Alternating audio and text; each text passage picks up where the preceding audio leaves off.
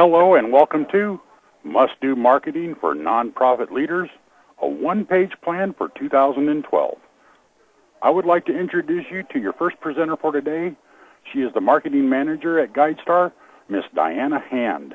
Miss Hand, you have the floor. Hi everyone, welcome to the webinar Must Do Marketing for Nonprofit Leaders, a one-page plan for 2012. We're here with Nancy Schwartz. She'll be the speaker today. I am the marketing manager here at GuideStar. For the past several years, I've been working on marketing campaigns for a variety of focused areas, and we're constantly trying to critique our plans and messages to better hit our target audiences, especially here in the nonprofit sector. We need to get as much information as possible with fewer resources, and we're really looking forward to hearing what Nancy has to say about the priorities we need in these marketing plans. Before we get started, I wanted to tell you what's going on right now at GuideStar. We're hosting a giving season giveaway with Kimbia, our online donation partner. We're giving $5,000 to a charity that holds the GuideStar Exchange seal and receives the most donations through its profile page on our website during the last 2 months of this year. The contest runs through December 31st, and only the organizations that became a GuideStar Exchange seal holder on or before November 15th can participate. But if you have been a seal holder and you haven't signed up yet, we still have almost a month left, so go ahead and try to get those donations. A few quick housekeeping items before we get started. We'll be doing some live tweeting during the presentation using the hashtag on the bottom right-hand corner. You'll see it's MustDoMarketing. Please join the conversation on Twitter. Also, we'll be taking questions from you at the end of the presentation. We'll answer as many as we can. Submit a question using the feature on the bottom right-hand corner of your screen. And if we don't get to all your questions before the time is up, please visit trust.guidestar.org in the next week or so, and we'll have some more questions answered on the blog. Finally, we'll send you all an email with a link to Nancy's presentation and today's recording in a few days. I am now happy to introduce Nancy Schwartz. She's the publisher of Getting Attention blog and e-newsletter, and she's also the president of Nancy Schwartz & Company. Nancy. Well, thanks so much, Diana, and I am so thrilled to be here with you and all the folks who are joining us today. Those of you who know me know that planning for nonprofit marketing is something I'm absolutely passionate about. I think it's going to makes a tremendous difference for those who do it and do it right. And today I'm going to focus on what specifically you need to be doing for your 2012 planning.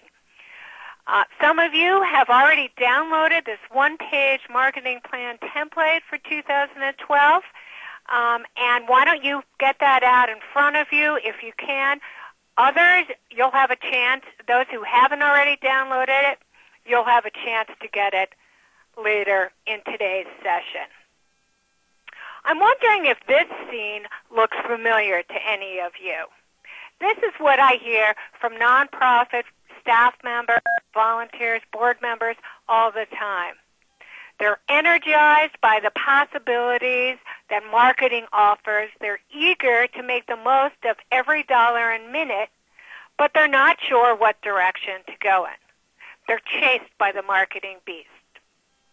What I'm big on is focus, helping you to design the path that will tell you, guide you, where to put your resources and your energy in 2012. And this is a path that's going to be relevant for you no matter what your role is.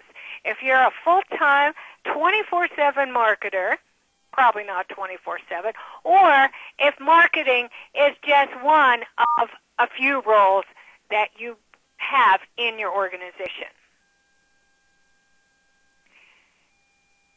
I'm going to tell you how to get to the goal in 2012. And the only path that's going to get you there time and time again is making the right marketing decisions. The right ones that are the ones that drive the actions that move your mission forward. And what you'll need to get there, of course, is a map or a plan. I'm going to tell you today how to do it. First of all, let me review very quickly what I see as being different for 2012. Of course, and I don't need to tell you, the economic pressure is more challenging than ever. There's more competition for fewer dollars, fewer program registration, and volunteers who have less time than ever. There's an increased edginess, and I see this among nonprofit staff members, leadership, and of course among target audiences as well. We're living right now in a more uncertain world, more uncertain than ever, and very simply, there's just less optimism. Audiences are also growing in sophistication, aka they're kind of jaded. Because of everything coming at them, folks are becoming more skeptical. Both at, what's going to happen next. We hear things are supposed to get better. They really haven't gotten better. People are really expecting less. As a result of all this, your marketing has to be more on target, more relevant than ever to connect. And connection is the only thing that drives action. Here are your marketing must-dos in 2012. And you'll note that these must-dos are not new, but they're more important than ever right now. As we go through today's session, I'm going to relate each key factor that I share with you, each key marketing success factor, to what nonprofit leader Mario Marino has identified as an overall success factor for nonprofits right now. And as a matter of fact, he's going to be talking about these success factors in a December 12th webinar hosted by GuideStar, and Diana will share more about that with you at the end of today's webinar. What the plan is very much what Marino what he prescribes as a must-do for 2012, being more intentional in defining your approach. You need to have a flexible system, and just that kind of system that's especially important when resources are scarce. You don't want to just do it, and I strongly advise you not to do what you did in 2011 just because you did it this year. It's likely not to work, if it even worked this year, in 2012. As we cover each topic today, I'm going to punctuate the discussion with specifics on what's different in 2012. There are 5 steps that I recommend you follow, and I'm going to tell you how, for marketing planning success. What's never acknowledged is that planning itself is hard and time-consuming. And your plan, of course, has to be revised on a continual basis. I'm going to lead you through these 5 steps, whether you have a written and approved plan that's not working for you, or your plan is a few ideas in your head. But first, I want to take your pulse on where you are with your marketing plan today. If you could please respond to the poll now in the bottom right of your screen. I'm asking, what is the status of your marketing plan? Do you not have one? Do you have one but never use it? Do you have one in your head? Do you have a written plan? Do you have a written and approved plan? Please answer the poll now, and we'll all be seeing the results in just a minute. Again, in the bottom right of your screen. Okay, what is the status of your marketing plan today? And be honest, this is just useful for me to get a sense of where you are right now, where you are with your marketing plan. As we're waiting for the results to come through, I just want to tell you that marketing planning, I know you're rushed.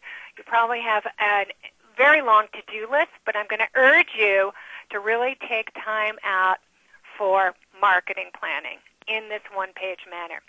I see the poll results now, and you can see them too in the bottom right of your screen.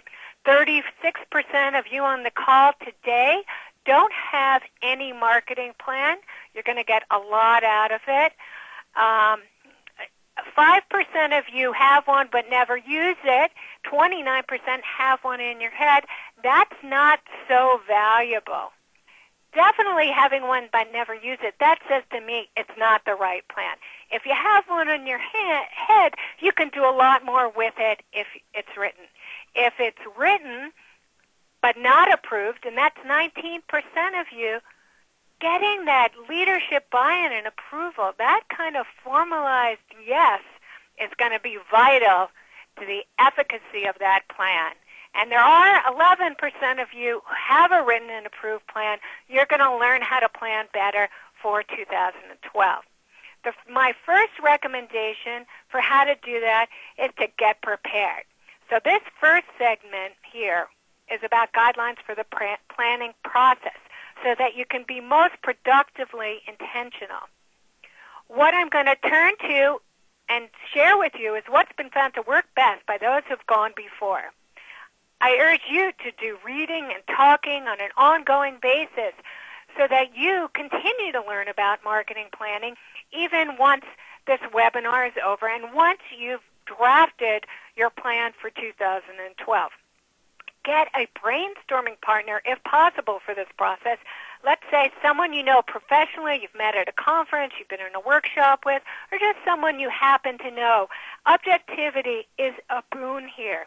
Most importantly, integrate colleagues in your organization into the planning process or planning revision process from the get-go so that they will be sharing the insights they have, the feedback that they may be getting from your audiences in the field from the beginning of the process, and they will buy in and are poised to be trained as effective messengers once your messages for 2012 are set. That's how you can be well prepared. I mentioned just a minute ago the value of a written plan, and I urge you to actually write it down. It's invaluable to put all your thoughts on paper so that you can see what you have there, see your options. It makes it more real for you and your colleagues, and becomes, when written, a tight story that can be easily reviewed, revised, and shared. A plan that's not being used is absolutely worthless. Writing a plan down makes it much more likely that it'll be used and revised by you and by colleagues throughout the organization. Plan for 18 to 24 months max. Believe it or not, I used to do 3-year marketing plans, sometimes even 5-year plans.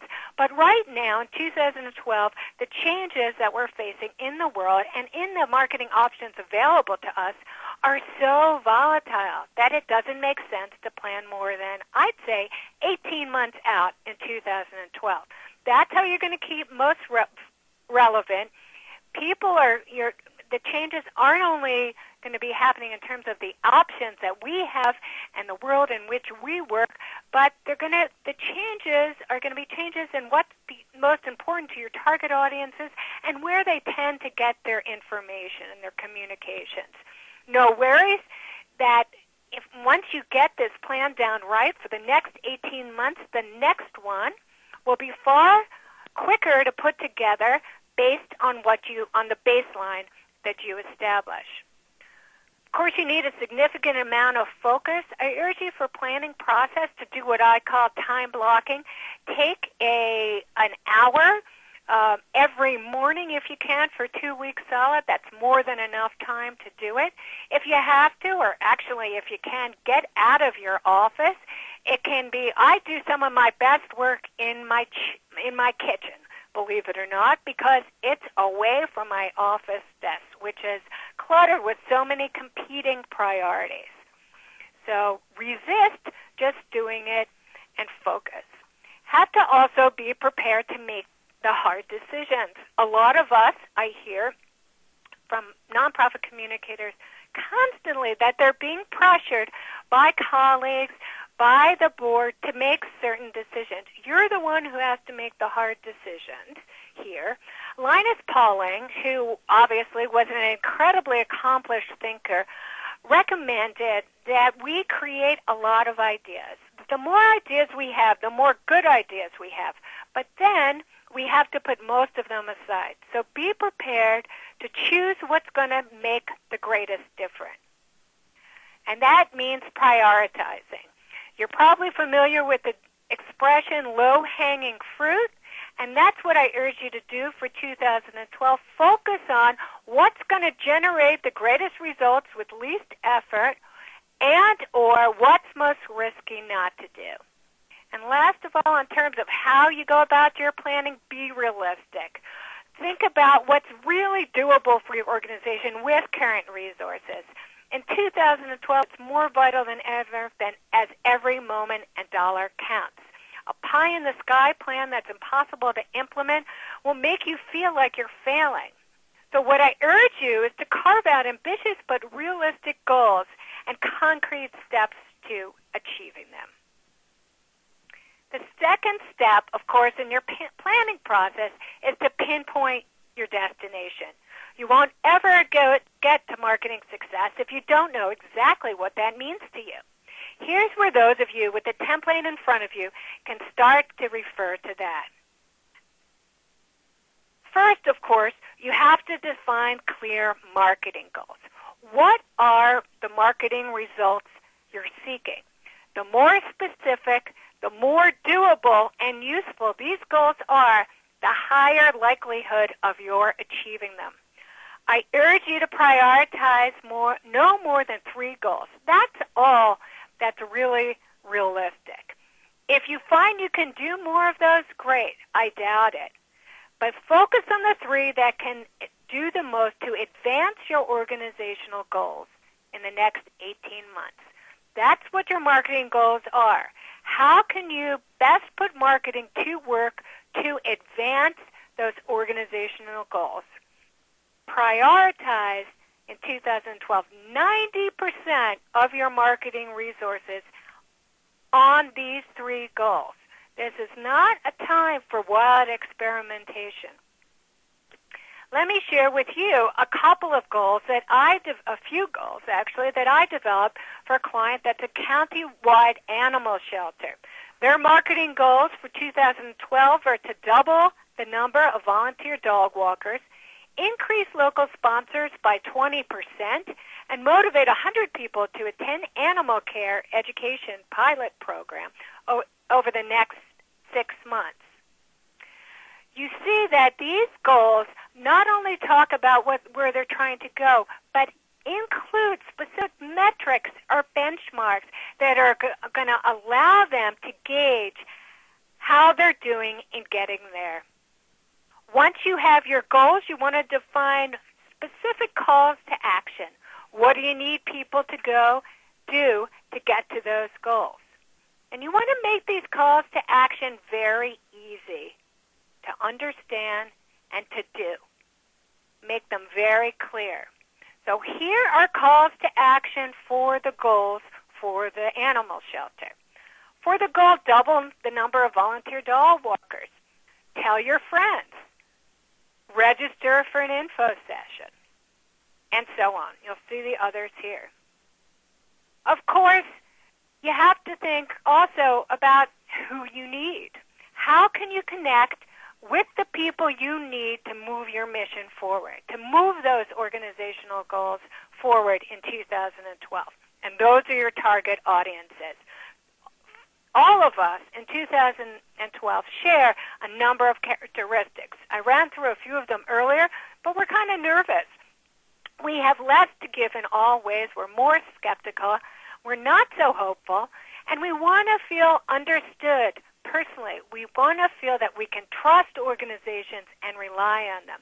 And that's how you're going to connect with your target audiences in 2012. But before you figure out how to connect, you have to think about who are your target audiences? Who are the people who can connect the dots between your goals and your calls to action? What's crucial to understand is there is no general public. So your target audiences can't be everyone. Reaching everyone, which of course is impossible, is an absolute waste. because everyone doesn't care and everyone can't help you reach your goals. Focus in on no more than 3 target audiences. 3 is really the magic number for marketing planning purposes. You'll have a much better chance of getting to know your audiences when you hone into those 3 groups. And that's vital for the connection you need more than ever in 2012. Without specifying just 3 target audiences, your marketing is sort of a shot in the dark. And if you don't get specific in pinpointing your target audiences, you may well alienate the folks you do need to reach by sending them messages that aren't relevant to them, or just fail to reach them altogether by reaching them in places or channels where they aren't already using. Who needs to act for the animal shelter? Well, I've identified 3 target audiences. In terms of the goal of doubling volunteer dog walkers, who better than existing volunteers, such as the woman at Right Here, who can tell her friends.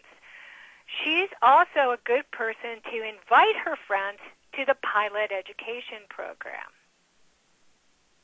When I think about motivating folks to attend the animal care education pilot in the next several months, pet owners, existing volunteers, they're great people to invite their friends to participate. Who better also than vets, pet groomers, or pet store owners to urge their clients and customers to sign up for this program? So here I've pinpointed 3 target audiences who can help the animal shelter achieve their marketing goals in 2012. The max of 3 groups, 3 target audiences, is what I advise, although you can divide each group further into segments, groups of individuals that hold similar wants, needs, and values. For example, for prospective volunteer dog walkers, you can think about a couple of groups: those who are already walking their own dog, retirees with time on their hands, and former volunteers. That's how it works, and that's what's going to lead you to connection. Now, what you say, how and where you say it is also, those are crucial elements in delivering your messages, your calls to action to your target audiences. You know now how to pinpoint the right folks who can move your marketing goal forward. Now, let me show you how to get to know the information you need to shape the messages that'll be meaningful to them. And what you need to do is to learn the landscape. In reality, you only have so much time, effort, and budget, and it's critical to know the landscape you're communicating into. Vital to remember, and we all forget it, is it's not about you and your organization. It's about your audiences, those target audiences you've defined, and the world in which they live.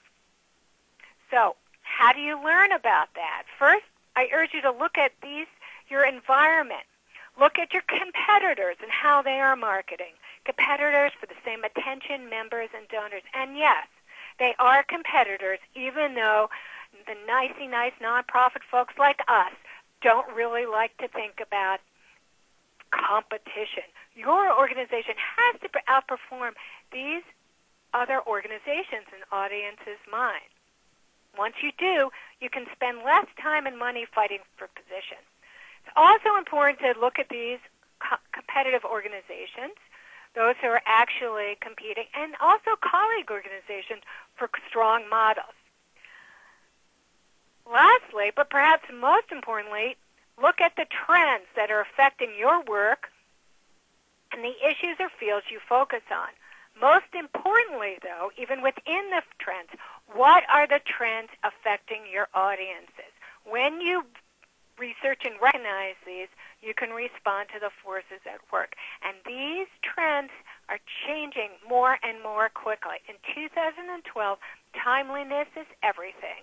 It has to do with the speed at which things are changing and the ability to share info so quickly via social media and email. Keeping your finger on the pulse is crucial to staying relevant. What's timeless, though, is the absolute imperative to know your audiences. I already mentioned that in 2012, it's vital to make people feel understood more than ever.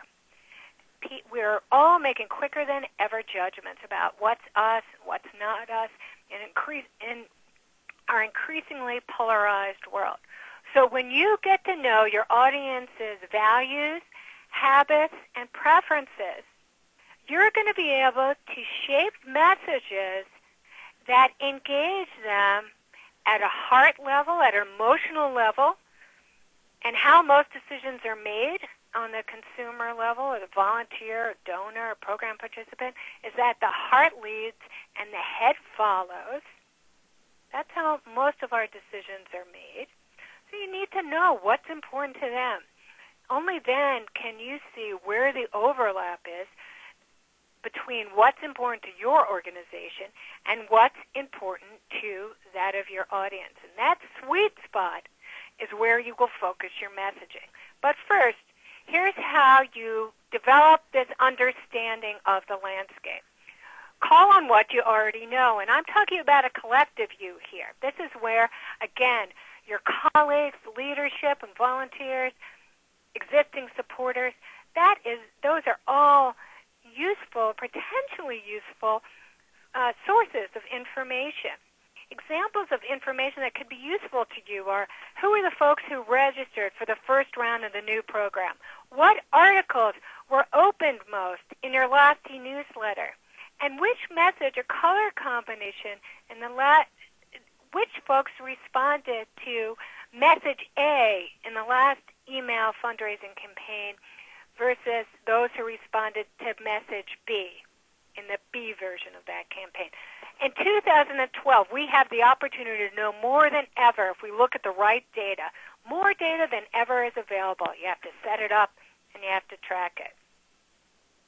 What is a constant is being able to rely on your gut instinct. And this is something I'd say you want to integrate into your learning the landscape process to complement what you find via what you already know and pull up, and what you learn by asking and listening.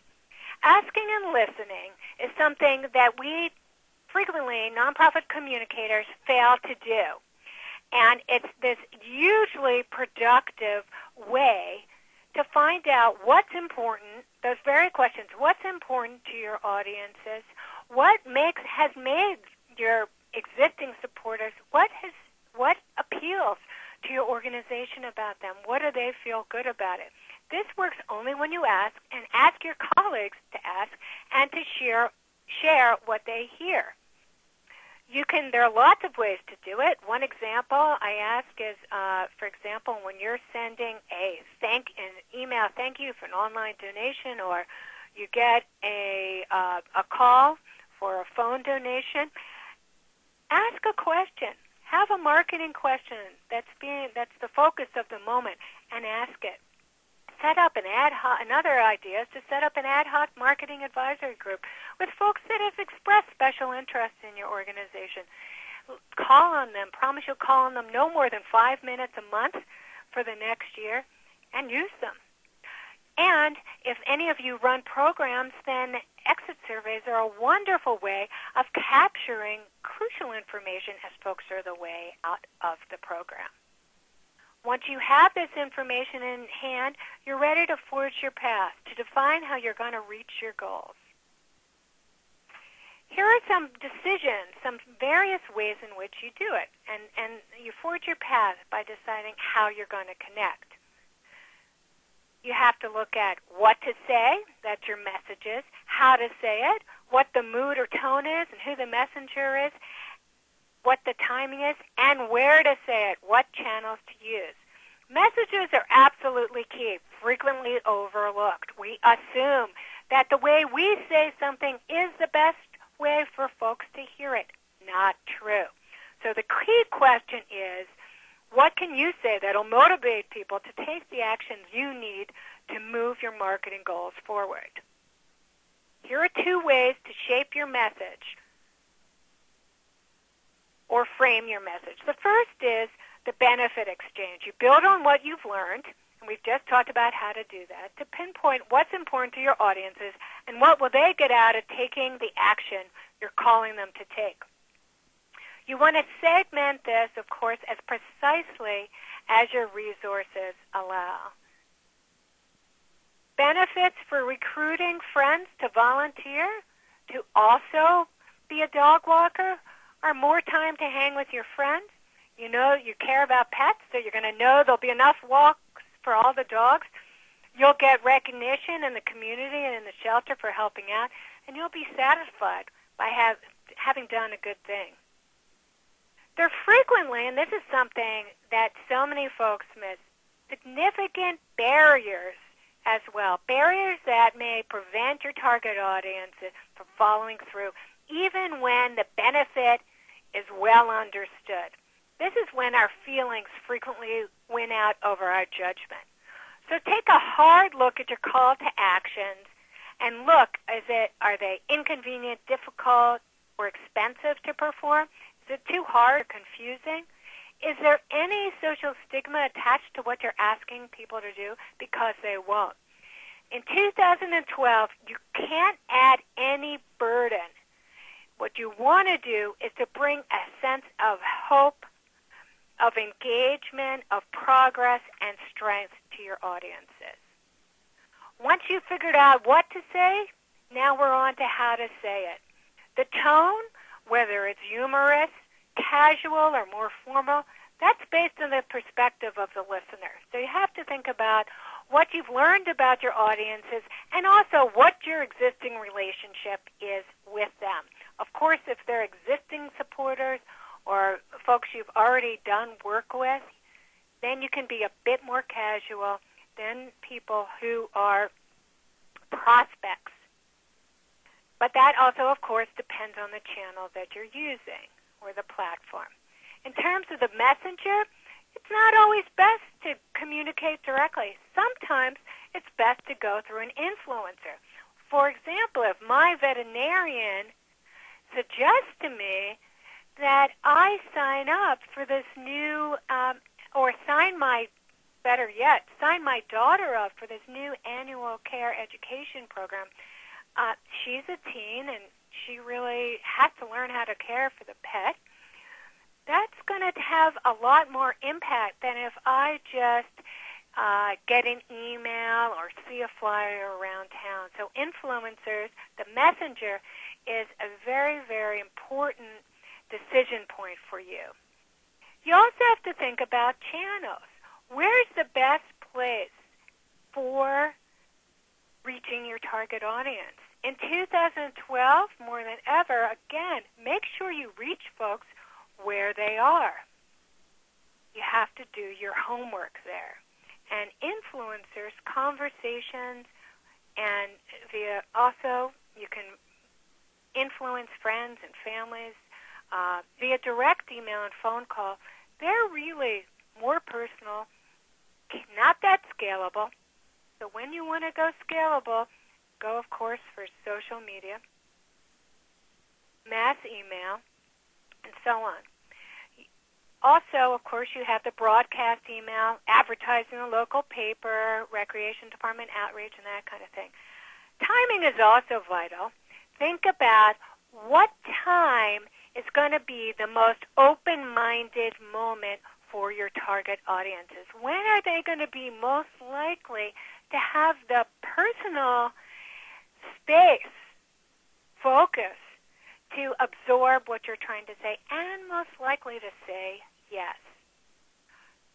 No matter how many channels you use or what they are, you want to make sure that you're consistent across channels, that the core messages in your email, your Facebook page, your phone outreach, your flyers, your script for the vets is pretty much the same, that the look and feel of your marketing communications is pretty much the same across channels, because what you want is for folks to recognize that it's coming from your organization in a flash. And that falls into our make it easier than ever in 2012. Of course, that also people are using more communications channels than ever this year, more even in 2012. And two that I urge you to look into if you haven't already are mobile. It's going to become increasingly important through next year. And, of course, Facebook, if you want to get into or develop more in the social media space. So, Eureka, we've talked about what you want people to do, who you want to do it, which people to do it, your target audiences, what's going to motivate them. You're going to find that out by learning the landscape, and then learning also to frame your messages via the benefit exchange and barriers to action, how to say it, strategies and tactics, channels, messages, messenger, and tone or mood. And that's all going to bring those three marketing goals more sharply into focus for your target audiences. I'm hearing, even though I'm not hearing, I know I'm hearing from you, but, how can we possibly limit our marketing to three main goals or a few channels? I'm getting pressure from my boss to get into social media. We have an anniversary campaign coming up. Our colleague organization, our biggest, which is actually our biggest competitor, they're doing X, Y, and Z. Shouldn't we just do that too? Well, the answer is no. It's imperative that you stay the course with the core focus determined by this planning process. In 2012, it's going to be more tempting to deviate. And I'll tell you one reason why, is you're going to feel more pressured, and more channels are going to be continued to introduce, and more of your target audiences are going to be using additional channels. So you're going to be tempted to step off the path. But if certain elements that you have planned don't work, or others seem to work better, or you have extra time, then go on, do a bit of experimentation with that 10% of time left over. Remember, I asked you to direct 90% of your resources to achieving those three marketing goals. And otherwise, learn, follow the plan. The plan is a system that guides you to make the right decisions with diligence and rigors, but of course that system only works when monitored. So you have to continually look at what your progress is against the benchmarks you defined, what's working and what's not, and to ask your team too. Stats, let's say Google Analytics, their email newsletter opens are just part of the analysis. And there's lots of feedback, lots of it qualitative, not quantitative, that's really important to gather too and to process. Marino points to this as a second success factor for nonprofits in 2012. That organizations like yours are more rigorous in gauging their progress and acknowledging mistakes. You can't course correct unless you acknowledge that you could do better. So measure your progress against benchmarks on an ongoing basis. Be specific about the benchmarks. Don't wait to the end of the year. That means you can course correct ASAP, stop wasting money on the wrong things, and stop alienating your audiences. Sample measures for the animal shelter are these. So you see, they're things that are going to be pretty easy to track, but you just have to keep them and keep looking at them, referring back to where you're trying to get to in a specific time period. Marino's third success factor for nonprofits in 2012 is to be capable of quickly adapting and improving. So when you learn something through your constant monitoring, you have to be prepared to adapt ASAP. So how to stay prepared is to have the attitude and to really educate your colleagues that you're going to be changing course, not changing your brand, not confusing people, but changing, let's say, the channels or the specific messages or the frequency of your emails as indicated, as works best for your audience as they tell you, through the feedback that you're going to get. So that is some real attitude adjustment. And your marketing team, whether that's you, whether that's a small team, whether that's includes outsourced resources or volunteers, be at the ready. Be ready to rewrite, work flexible hours, and get approval. Be ready to turn on the dime. Lastly, before we get to your questions, I want to talk about what it takes. First of all, roles and responsibilities are vital. Break your one-page marketing plan into 90-day chunks to work with more closely. And then create a 30-day work plan. I recommend that you outline in detail roles and responsibilities and assign them for your team so there's no guesswork there.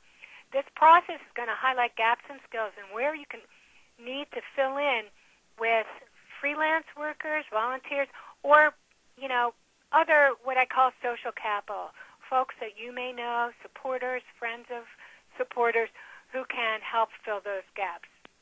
The only way you'll succeed is that you have a team, an organizational-wide marketing team. It's not just more folks on it, but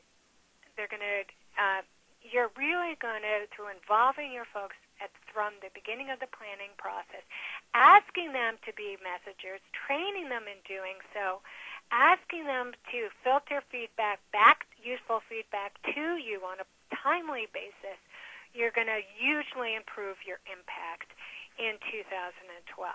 So those are our must-dos in 2012.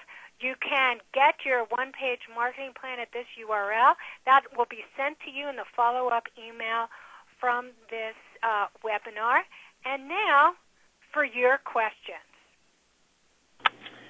Thank you so much, Nancy. We have a bunch of questions coming in right now. First one, so how do you suggest starting to do more audience research? Is there any specific outreach like surveys or phone calls that you think work best?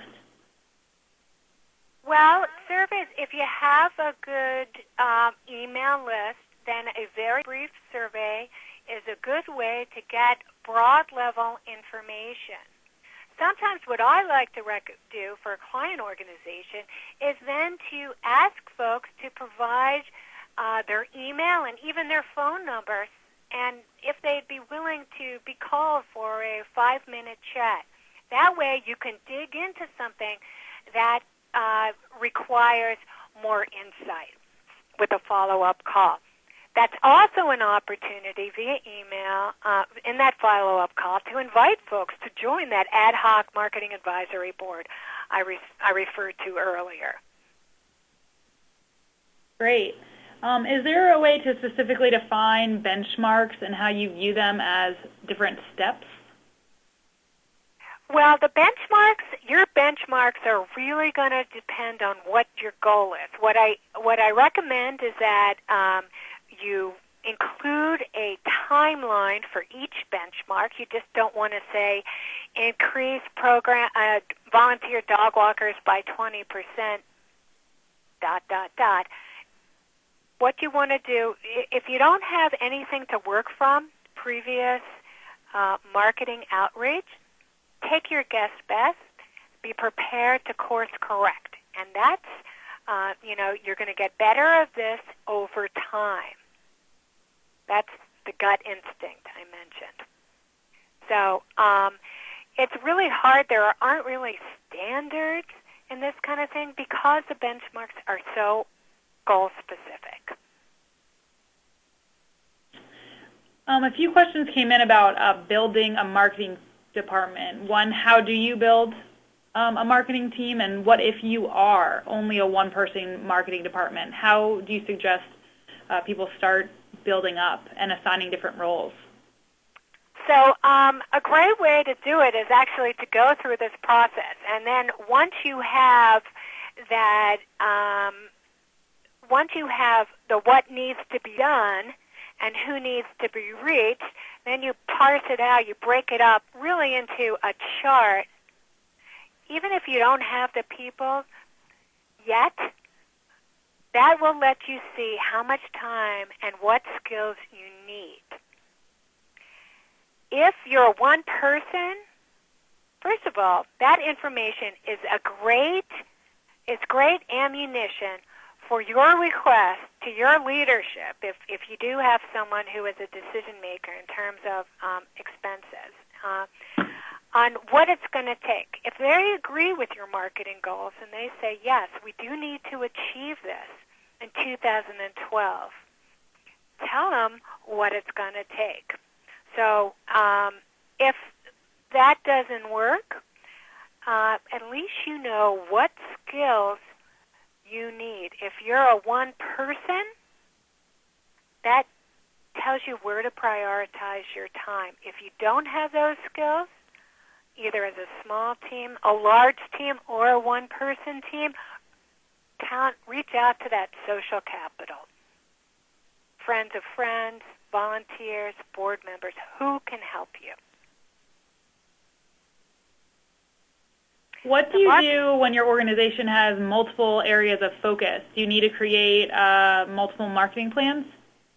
What I suggest is that first you create an overall organizational marketing plan, because you're going to have to make programmatic marketing decisions based on overall organizational goals and overall marketing goals. If time permits, then it can be useful to do a short form programmatic marketing plans as well. And this sort of links to it. How would you suggest bridging or linking a strategic plan with a marketing plan? Excellent. Oh, I'm so glad somebody asked that. I can't tell you how often I started work with a client on a marketing planning process, and I ask, my first question is always, what are your organizational goals for the next 18 months? And they say, I don't know. Sometimes they have been defined and just this individual might not know, but so frequently there are no clear organizational goals. So you can't hold on if you don't have a strategic plan or you don't have clear organizational goals. It doesn't mean you have to stop all your marketing. You have to just draft something that your leadership feels comfortable with to work with in crafting your marketing plan right now. But it's a good opportunity to remind the leadership in, of course, an ultimately diplomatic way that those organizational goals are the guidelines for all activity and all planning throughout the organization, and they really need to be set in gold so you can all work productively towards them. I'm getting a lot of pressure from some of my colleagues to jump more deeply into social media, and we're falling behind. I can barely keep up with our Facebook page. Do you have any suggestions on what I should say or do? Yeah, so this is, I would say, the hands down most frequently asked question I've been getting for the last few years. And that's because there's a panic, I'd say. There is a misperception on what social media generates, and also and the assumption that it's generating a lot for nonprofits right now. Also, the assumption that because everyone's doing it, it's right for me. So how and if you get involved with social media depends on not only your goals but your target audiences. What I do think is vital at this point is that every nonprofit organization is using social media to some degree, even if that's in an experimental way. And if there's one platform and you're limited to one right now, I'd say that's Facebook right now. But again, whether you use it, again, I'd always refer back to the marketing goals, what it takes to achieve them. If you're getting pressures from colleagues or leadership, then you have to advocate for more resources. But the resources should be used to execute what's really going to lead to the marketing results you need, not what's going to make your colleagues feel better. that you're not going to be left behind. What's smart is to choose the channels that are right for your organization. We just got a question in about mobile channels. Can you expand on what you meant and what you meant by mobile applications, or share an example? Sure. Well, the first thing is that I just saw a report the other day that said that about 40% of individuals are now getting their email, not solely, but they're getting their emails through their mobile phone. So that means, at the very least, the point of entry for you is to ensure that all outgoing emails are mobile friendly. A way to do that, actually not only for emails, but for all content that may be digested on a mobile phone, is to have less of it. More white space, less text, the right column width.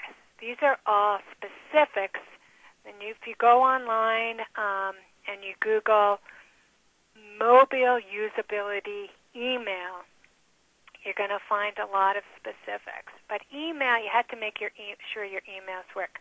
Secondly, there is most people, everybody with a smartphone is on the web all the time with their smartphone. I think it's also would recommend that your second step is to assess your website. Have it looked at or look at it via a number of the different main smartphones, iPhone, Android, etc.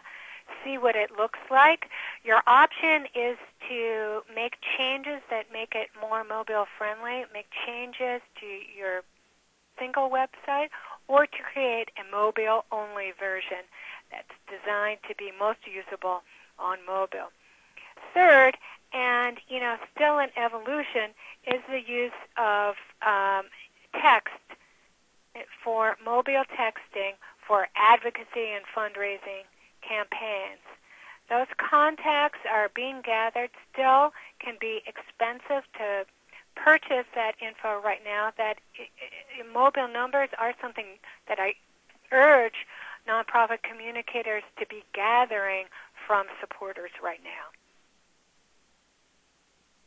Great. We've got one more question. Can you expand upon the difference between organizational goals versus your marketing goals? Sure.